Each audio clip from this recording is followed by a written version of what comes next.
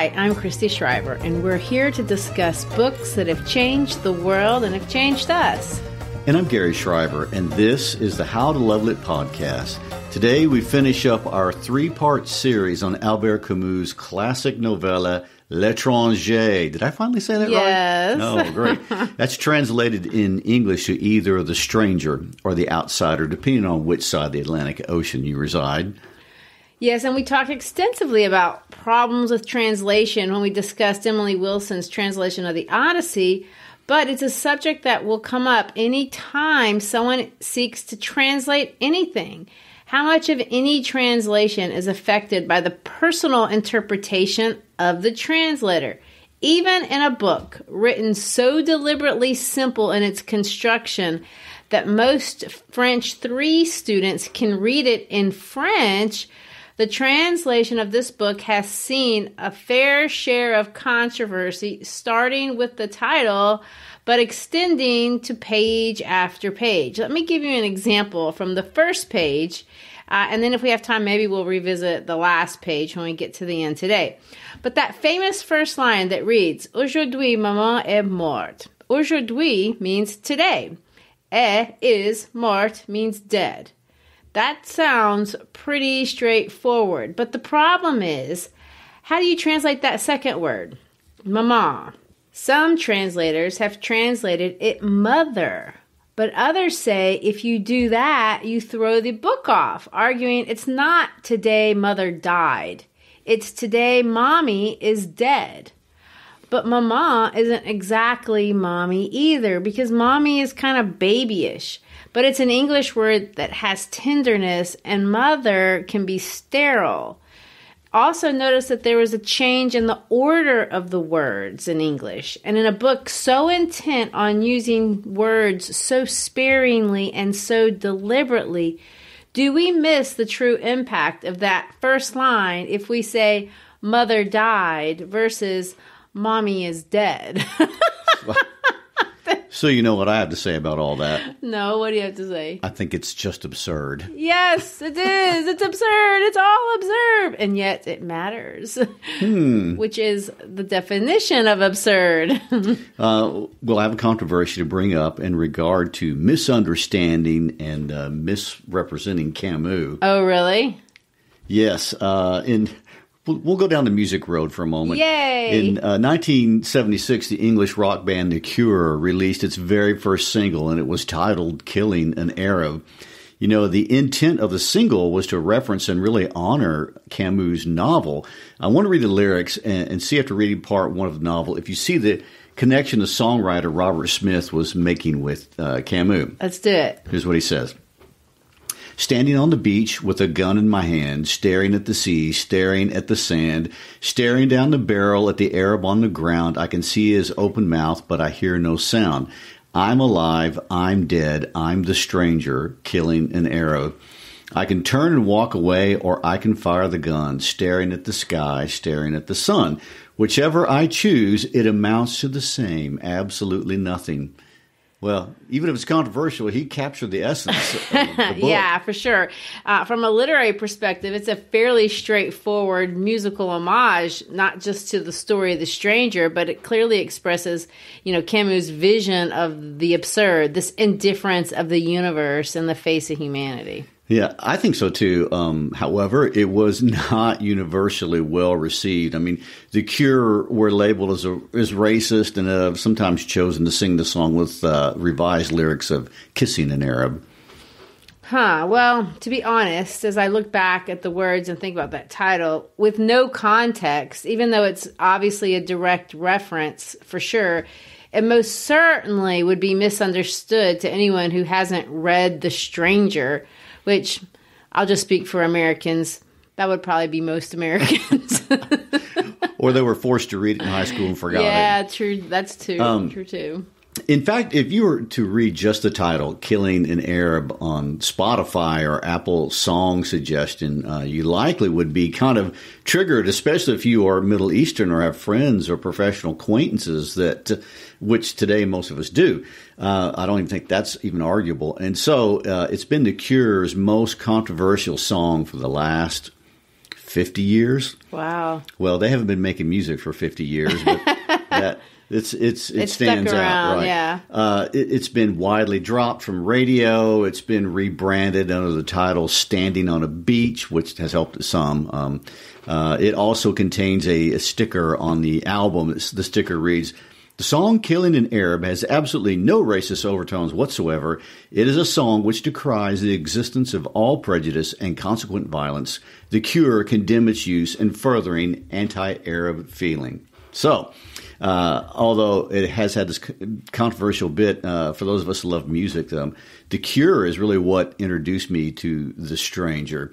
So it's been a mixed reception, but honestly, starting in the 60s and even to this day, there's quite a bit of existentialism, especially in punk rock and new wave music. And another example of that would be The Doors and their song 5 to 1, which literally says, "No one gets out alive." Or, I like this one, "Smells Like Teen Spirit" by Nirvana, which starts out with, "Load up on guns, bring your friends, it's fun to lose and to pretend." Yeah, I have to be honest. I really don't know a whole lot about punk music and the music scene in general. You were away in Brazil at that time. I'm not sure that's an excuse. Well, Marceau would say it doesn't matter because we are all going to die either way. Yes, he would. Let's recap where we are in our series on Camus and the book The Stranger. In episode 1, we introduced Camus' home country of Algeria and a little about his life. We introduced the idea that is forever associated with Camus, and that is absurdism, and we got through chapter 1. Right, and absurdism is that irreconcilable idea that the desires and passions of our heart are going to collide with an indifference and haphazardness of the universe we seem to inhabit. So the universe doesn't care about us, but we can't stop wanting to make it care. And our guy Marceau confronts the absurdity of the world, and he cannot resolve what to do with this conclusion that he's arrived at, that nothing matters. And let me just say now, although Camus will offer some sort of advice, he's not going to offer a dogmatic answer to that particular question at the end of the book. Over the course of his life, he did allow his thinking, and it evolved from book to book. The book The Plague is a development from The Stranger, and when you get to The Rebel, which a lot of scholars consider to be his best work, you see an even greater evolution of thought on what exactly is the answer to that question. But here we see Camus at the beginning of his journey into the world of the absurd, and he presents the problem of understanding the absurd nature and argues emphatically against other ways that people have erroneously, and I'll say dishonestly and even harmfully responded to the absurdity of life. Well, I will say it does help to read Camus' companion piece, The Myth of Sisyphus, because it explains these ideas where here Camus expresses the emotions and the experience of the absurd. In The Stranger, we watch this young man deal with all the absurdity of life, the absurdity of man confronting the absolute certainty of death, and whether you live to be 12 or 50 or 103, and adding to the inescapability of annihilation. Marceau, as must we all, faces the very other inescapable burden of being a human. And that is the feeling of guilt. And we argued last week to look at the symbol of the sun to express this confusing yet perpetual and indomitable discomfort. But guilt and death are not the only human dilemmas that Marceau is going to confront. And today we add a third absurdity of being a human, our insatiable need to find meaning in a world where we are obviously just a speck. Without a grand plan or a divine plan or anything and everything we do, really, no matter how big or small, is just equally pointless, if it's measured against the millions of years of time itself. And so we find ourselves just like Sisyphus pushing a rock up a hill just to watch it fall down and then have to do it all over again. And if we're honest, that's the key. If we're honest, we know this to be true, and we know that we are specks, as we have discussed. Well, and Camus decries this. Let me quote him. Nothing is clear, all is chaos. That all man has is his lucidity and his definite knowledge of the walls surrounding him. Well, The Stranger begins with death. The climactic end of part 1 is death, and now we will confront it for the third time at the end of part 2. And we talked about the vague, abstract guilt that Meursault experiences with the death of his mother. However, as we got to the end of part 1, Camus creates a contrast with a flat-out murder.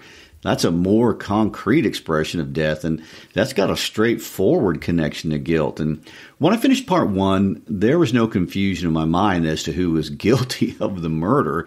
Yet Meursault is going to express no remorse, and although it causes an outburst of laughter at the court, when asked, he basically says, "The sun made me do it," which is a very strange defense. And strangely enough, I, as a reader, seem to understand maybe where he's coming from, but I do have another question. Meursault pointlessly murders a man he only identifies as an Arab. I mean, Christy, are we supposed to see anything racial about this? And why doesn't this man have a name?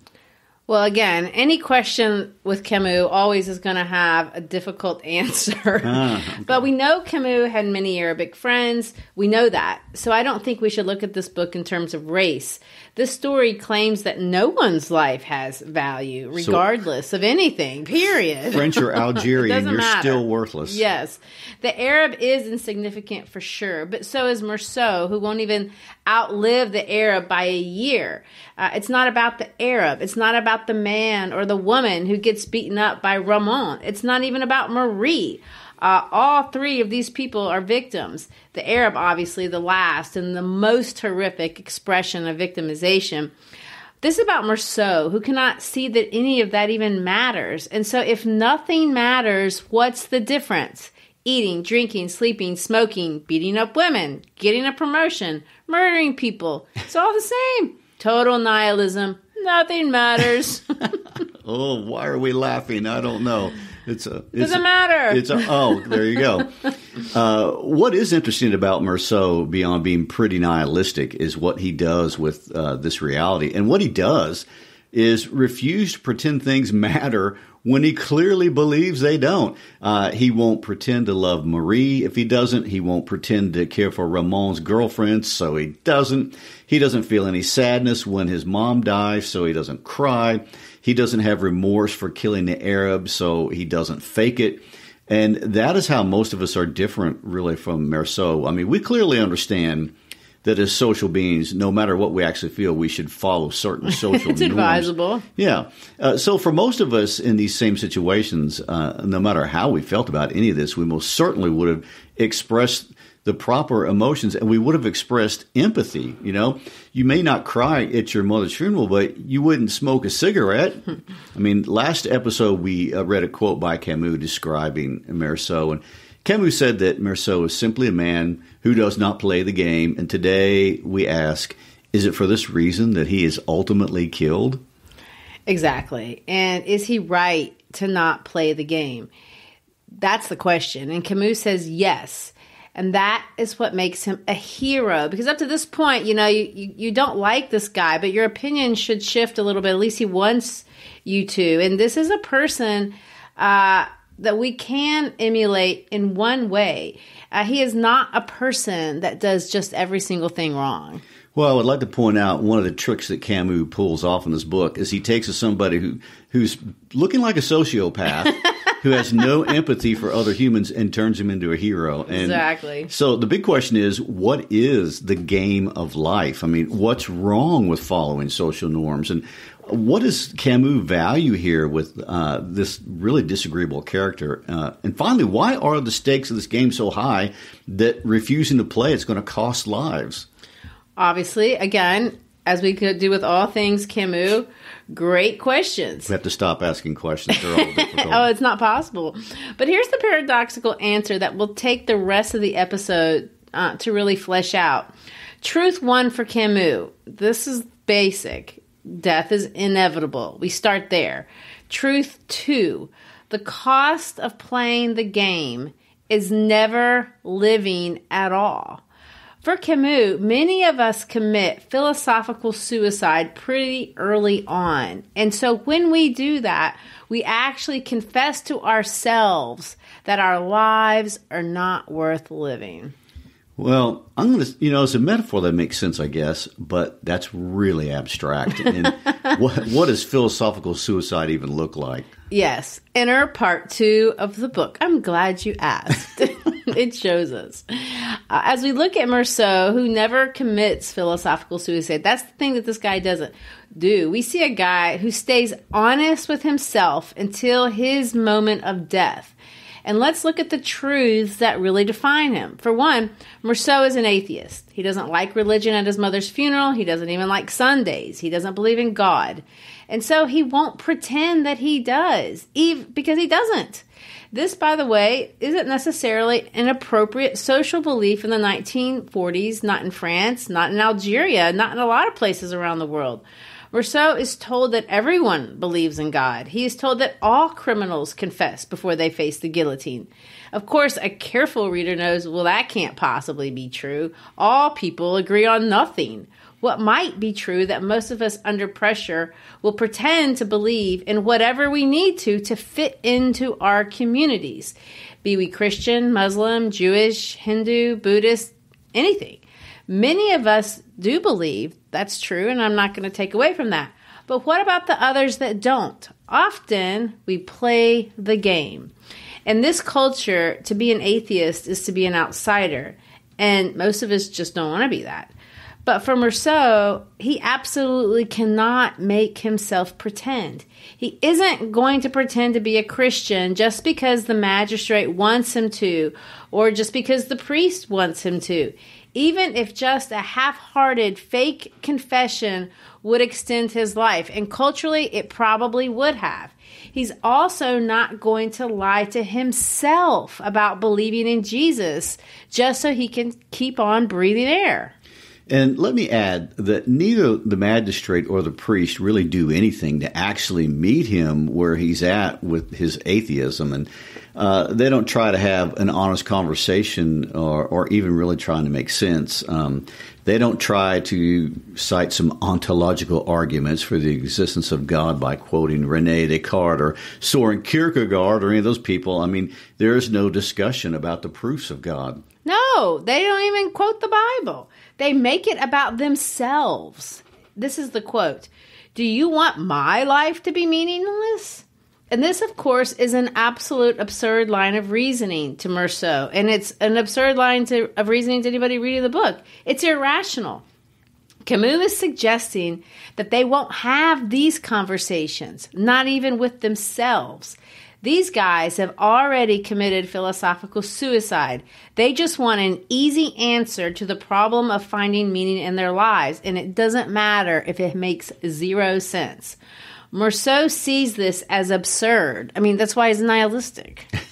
Wow. Well, I think it's a good idea to define what we're calling nihilism. I mean, basically, nihilism is the belief we've heard Meursault pronounce time and time again. And, it's coming to the conclusion that nothing matters. My job, my girlfriend, morality, not even my mother, not even myself. I mean, he's consistent and very truthful. Unfortunately, as Camus says this, man is always prey to his truths. Once he has admitted them, he cannot free himself from them. I think that's an interesting quote. And, Meursault has admitted to himself a few truths, and now he's prey to what that means. And a few issues with his belief system are this: detachment and apathy, inertia and guilt. You might even say a little bit of hedonism. And those are the problems he's trying to solve with this point of view. True.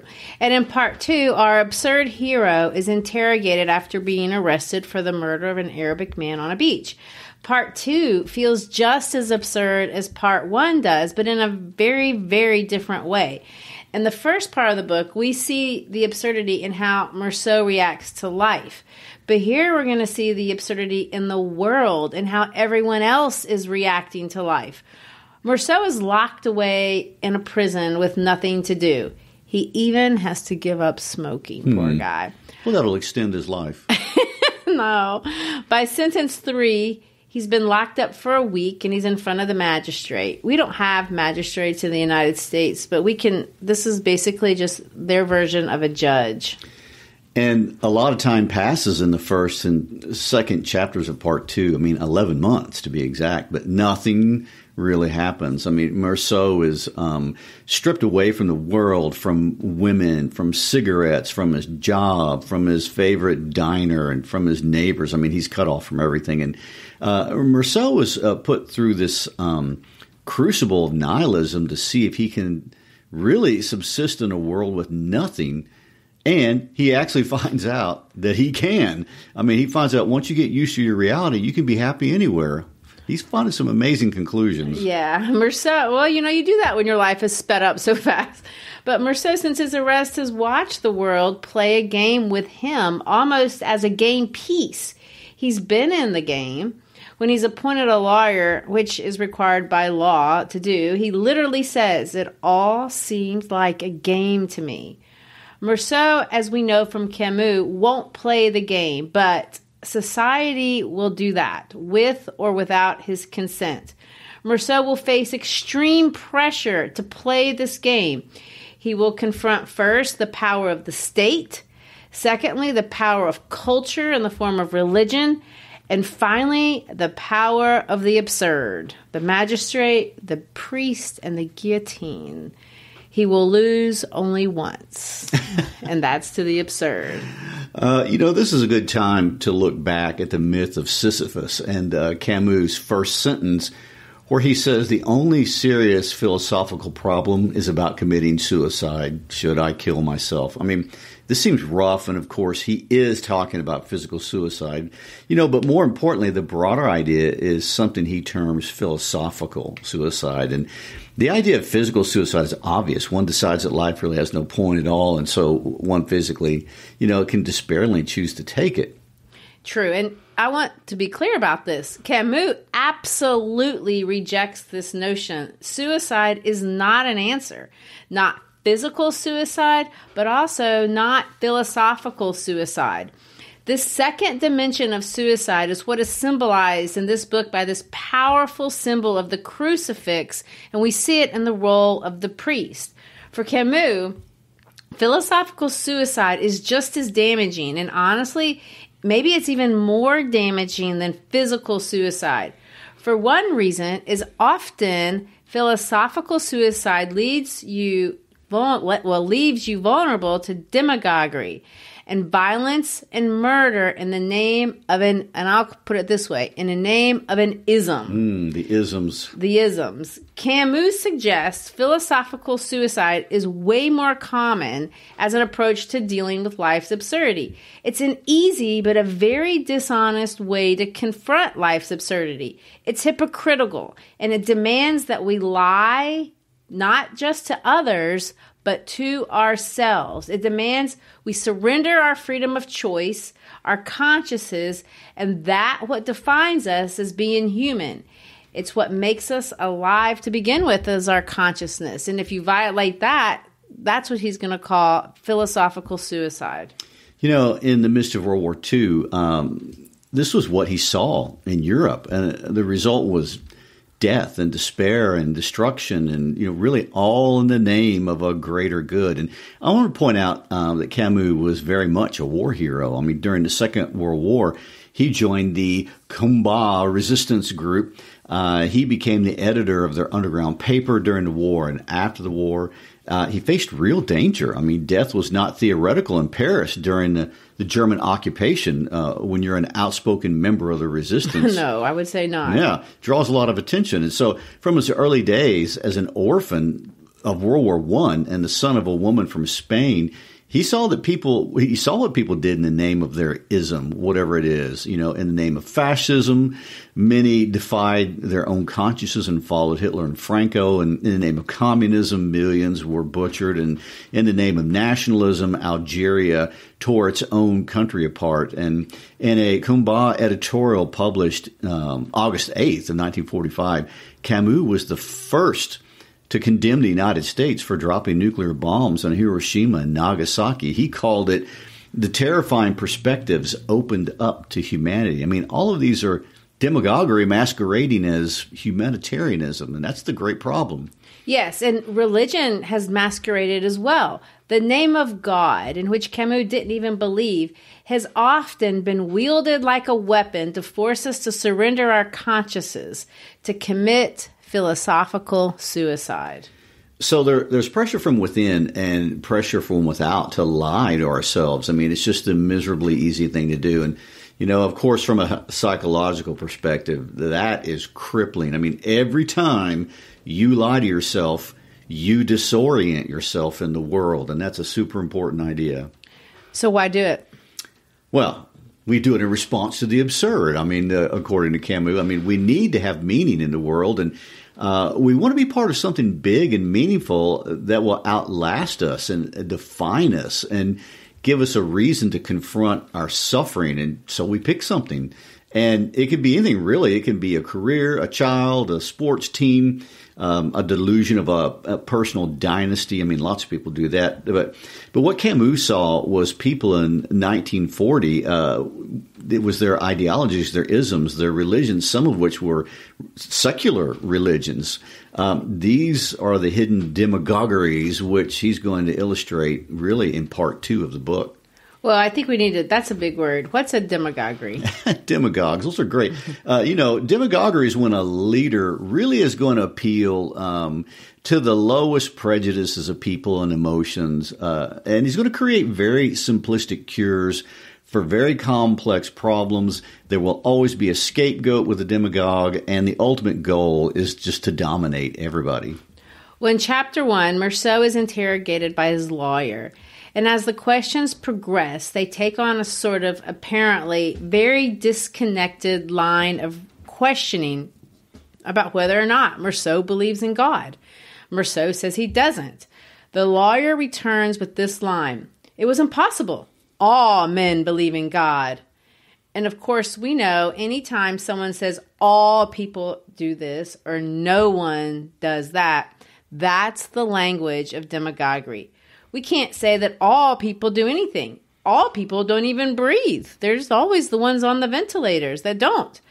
But why make a statement like that? Why even bring it up? Why talk about God at all? What does God have to do with whether or not he killed this man? Well, this is going to be exclaimed in the next lines. That was his belief, and if we were ever to doubt it, his life would be meaningless. "Do you want my life to be meaningless?" he shouted. As far as I could see, it didn't have anything to do with me, and I told him so. But from across the table, he had already thrust the crucifix in my face and was screaming irrationally, "I am a Christian. I ask him to forgive you for your sins. How can you not believe that he suffered for you?" I was struck by how sincere he seemed, but I had had enough. It was getting hotter and hotter. As always, whenever I want to get rid of someone I'm not really listening to, I made it appear as if I agreed. To my surprise, he acted triumphant. You see, he said, "you do believe, don't you? And you're going to place your trust in him, aren't you?" Obviously, I again said no, and he fell back in his chair. This is the very definition of philosophical suicide in the name of religion. I mean, this guy is throwing out cliche after cliche in ways that possibly can't make any sense, and he emotionally tries to force an agreement from Meursault because if Meursault won't go along, then his life, the lawyer's life, not Meursault's, but his life is meaningless. And this is the game that Meursault won't play. And it won't matter how much pressure that magistrate, the priest, anybody puts on him. He will rebel. He will not kill his own conscience. In part 1, we see Meursault wrestle with the forces of nihilism. But here in part 2, we see him wrestle against the forces of philosophical suicide. There is a lot of pressure to take the easy way out. Turn off your brain. Accept my ism. Give your life meaning by believing in this, believing in something. It doesn't matter if you even do. That is what's being symbolized by this crucifix thrown in his face. Don't think about it, just accept it. And for me, this is so easy to understand in terms of religion. Today, it's actually safer to talk about this in terms of religion instead of, hot button current ideologies. But both religion and secular ideologies were rampant in Europe in the 1940s. And the First World War destroyed faith in a lot of people's lives, and religion began to give way to other forms of philosophical suicide. And the atrocities in the world were always being done in the name of a greater good. I mean, why did young Germans kill? It wasn't because they believed in murdering Jews per se. It was because they believed in the motherland. Why were millions murdered in Russia? It was in the name of communism, the greater good. And how did Che Guevara and Fidel Castro justify killing countless numbers of people in Cuba? For Camus, all of this starts at the individual level. And if life is absurd, then there is no greater good. What does it matter if you are of the left or if you're of the right, if you're religious or you're non-religious? I mean, if you are of this race or that race, in the face of the absurd, we're all the same. And it doesn't matter. We're all going to face the guillotine in exactly the same way, alone, and with total assurance that we'll win. Take encouragement from that. Well, I mean, he's not wrong about that. I mean, it doesn't matter what the ism is. It's not worth killing for. It's not worth lying to yourself about. Killing is agreeing with the absurd. Lying to yourself is as well. Camus was very consistent until the day he died about this one point. Killing and violence are never the answer. And ironically, and this is kind of an aside, he may have been killed for that idea. Of course, nobody knows what caused the car crash that ultimately killed him in 1960 when he was 46 years old. But there is some very credible conspiracies out there that it was not an accident. Speculation, of course. I'm sure, no one will really ever know. So I don't feel justified going into the details, but just Google it if you're interested. It's kind of interesting. I want to make a point. Camus was born in 1913. He was raised during World War I, during the prosperity of the 20s, during the Great Depression, and lives through World War II. I mean, it takes all of those world forces to create in him this absurd nihilism. That wouldn't have happened normally without those world events. And he enraged a lot of people, but one group we know about is the KGB. Camus wrote articles critical of the Soviet massacres in the Hungarian Revolt of 1956, and these were not well received, but it didn't matter. For Camus, the enemy of man is the absurd, and we should fight it with truth. And he campaigned vigorously against capital punishment. At one point, he flat out said, "I'm not cut out for politics because I'm incapable of wanting or accepting the death of my adversary." Yes. For Camus, death starts with dishonesty about who you are, especially the kind of dishonesty where you lie to yourself about your own personal worth in this world. You think you're way more important than you are. You're more important than any other person. At the end of chapter 1 of part 2, Meursault is called the Antichrist, which is an unusual designation to give if you're an atheist. He doesn't seem anything like the Jesus Christ in the Bible. But Camus sees here a secular Christ because Meursault dies for truth. Camus is not a Christian. He doesn't see Christ as a divinity, but he sees him as a person who died because Christ also would not play the game. He would not be dishonest with himself and others. That's how this analogy with Christ does hold true.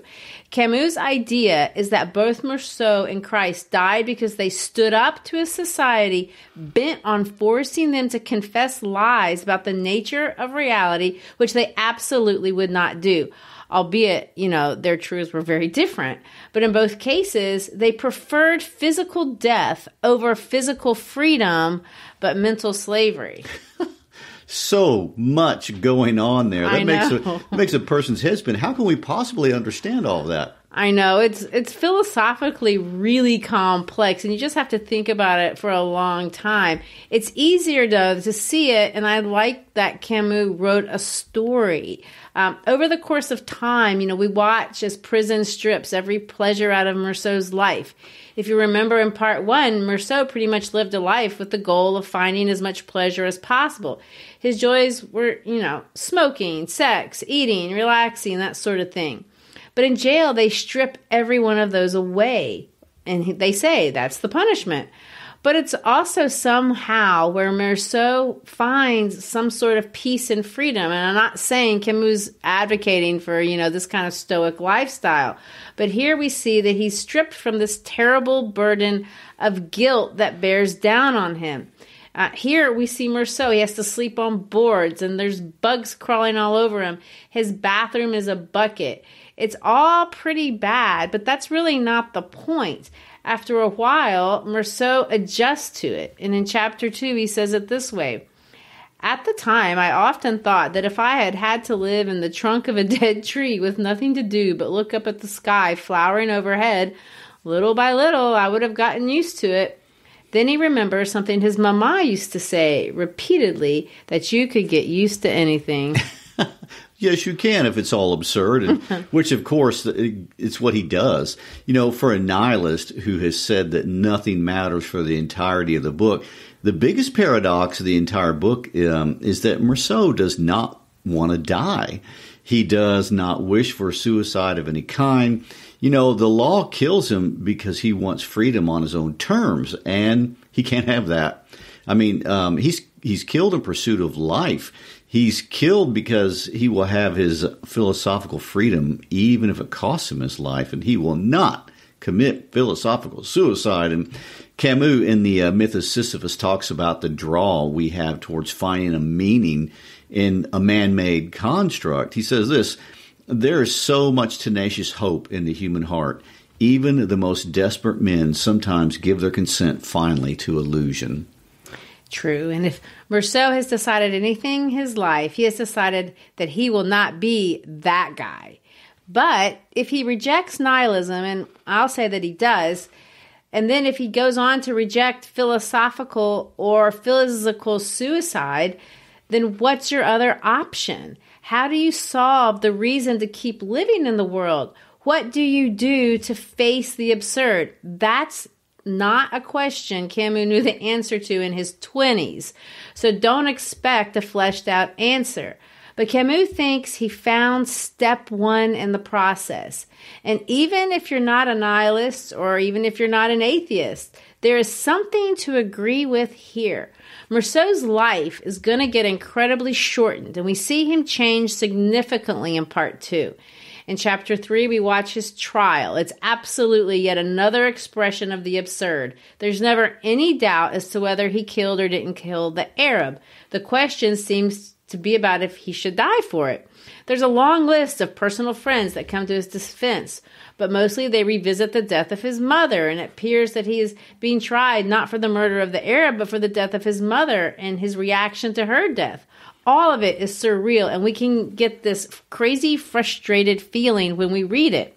At one point in the trial, the judge calls his mother's caretaker to the stand. The caretaker answers questions about, Meursault's time at the home after his mother's passing. After the caretaker finishes, Meursault thinks, and I'll quote, "It was then I felt a stirring go through the room, and for the first time I realized that I was guilty." Guilty for what? Killing the Arab? Killing his mother? I mean, what's he talking about? It's really just kind of an ambiguous stream of consciousness. And what have we learned with Camus? There is no answer. Much of the logic of the prosecution is absolutely convoluted. The justification for condemning Meursault for killing a father is that he first killed a mother. Let's read that part, just the introduction. Tomorrow, gentlemen, this same court is to sit in judgment of the most monstrous of crimes, the murder of a father. According to him, the imagination recoiled before such an odious offense. He went so far as to hope that human justice would mete out punishment unflinchingly. But he wasn't afraid to say it. My callousness inspired in him a horror nearly greater than that which he felt at the crime of parricide. And also, according to him, a man who is morally guilty of killing his mother severs himself from society in the same way as the man who raises a murderous hand against the father who begat him.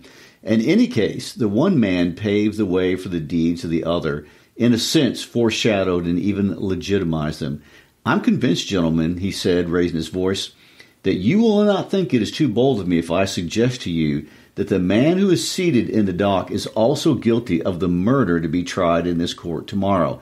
He must be punished accordingly. And if that makes sense to you, read it a couple times, because it shouldn't. I mean, it's kind of a little disconnected. Absurd, and would never stand up in an American court of law. Well, or probably not a French one either. But he's convicted. So let's read that part. I didn't look in Marie's direction. I didn't have time to, because the presiding judge told me in bizarre language that I was to have my head cut off in a public square in the name of the French people. Then it seemed to me that I suddenly knew what was on everybody's face. You know, Camus never knew his father. He died when Camus was 1 year old, just at the beginning of World War I, and Camus knew very little about him either. But in an essay called Reflections on the Guillotine, Camus writes about one of the only stories that his mother ever told him about his father. Let me read what Camus wrote in that essay. One of the rare things I know about him, in any case, is that he wanted to witness the execution for the first time in his life. He woke up in the middle of the night to get to the execution site at the other end of the city in the midst of a great throng. What he saw that morning he did not say anything about to anyone. My mother told me that he came home like a gust of wind, his face overwhelmed, refused to talk, stretched a while on the bed, and suddenly threw up. He had just discovered the reality which hid under the great formulas which masked it. So what does that mean to you? Again, how can we know? I don't know. But this true story is embedded in chapter 5, and it is a true story. Meursault asserts that there is nothing more important than an execution, man versus the absurd. He inserts a little bit of his personal life into this story. There's something very freeing for Camus about facing death, facing the certainty of it, the absurdity of it. It is only here that Meursault is convicted of murder that he finds strength within himself to exert any agency. He's going to lose that detachment, that passivity. He's going to transcend that nihilism that's been the hallmark of his existence up to this point. He's going to find courage to live, and he asserts himself by refusing to see the chaplain. You know, it's also here that we see him start to think through the certainty of the guillotine. And I want to say the guillotine's pretty certain. He wishes to really find a way to barter with it, you know, to cheat death somehow, but that's not going to happen. And, you know, death is not going to be cheated. And in his case, the machine of society is already at work, and he really has to just embrace hopelessness, and there's no hope of freedom, and that for Camus seems to be the key. And it's the key to embracing life. It's the key to enjoying small things and not feeling compelled to find meaning in the greater good, or pursuing a delusion of immortality in one way or the other. You know, in his later years, Camus said that he sought reasons to transcend out of darkest nihilism.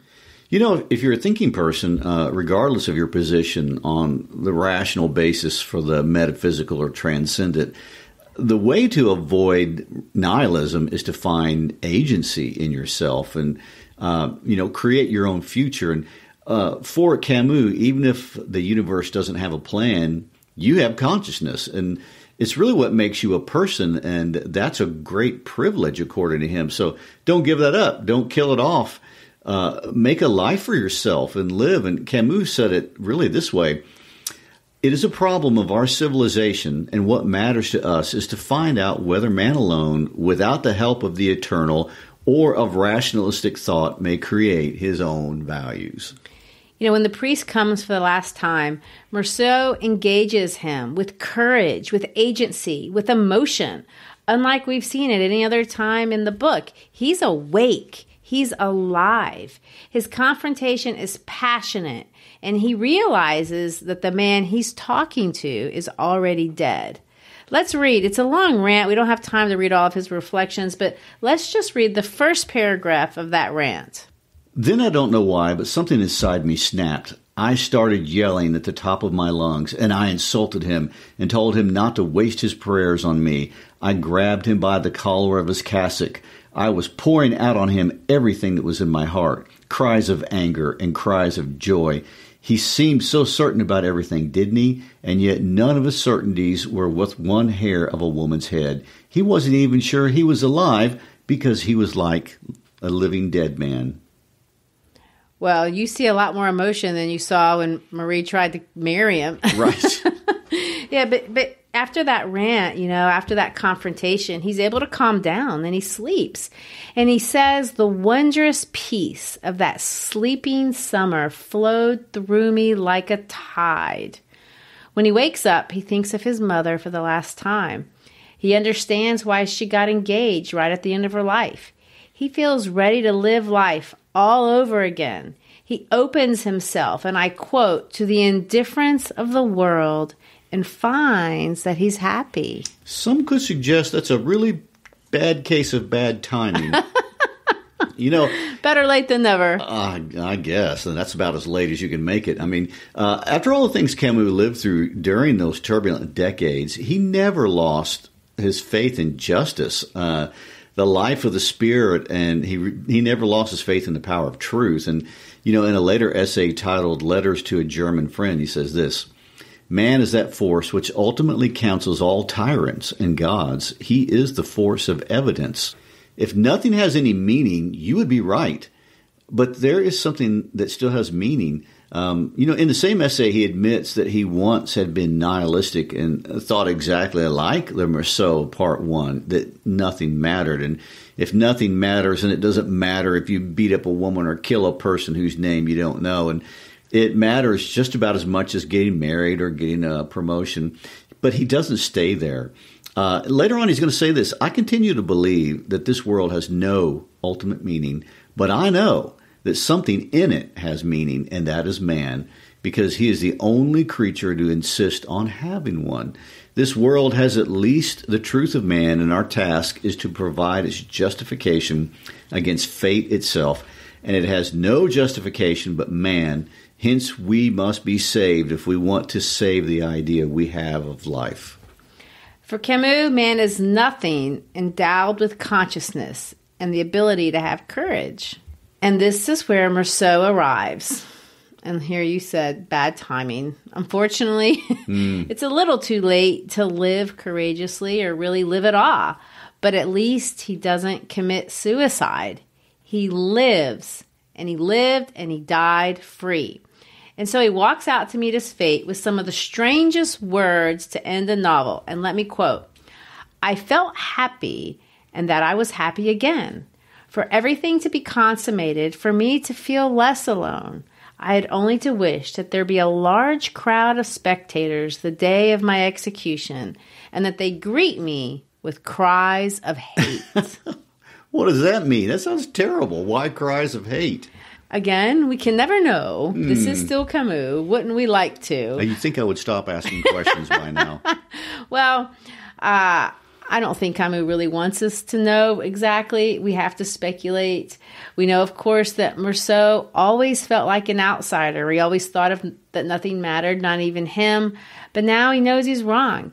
It's not that he thinks he matters now, because I don't know that he does. But he can feel pride that he did not succumb to suicide at any level. He can be himself on the way out the door. And the larger the crowd, the better. If we read the companion piece, The Myth of Sisyphus, it ends a little bit easier to understand, if you can believe it. He says it a different way. Gary, let's read just that ending paragraph. I leave Sisyphus at the foot of the mountain.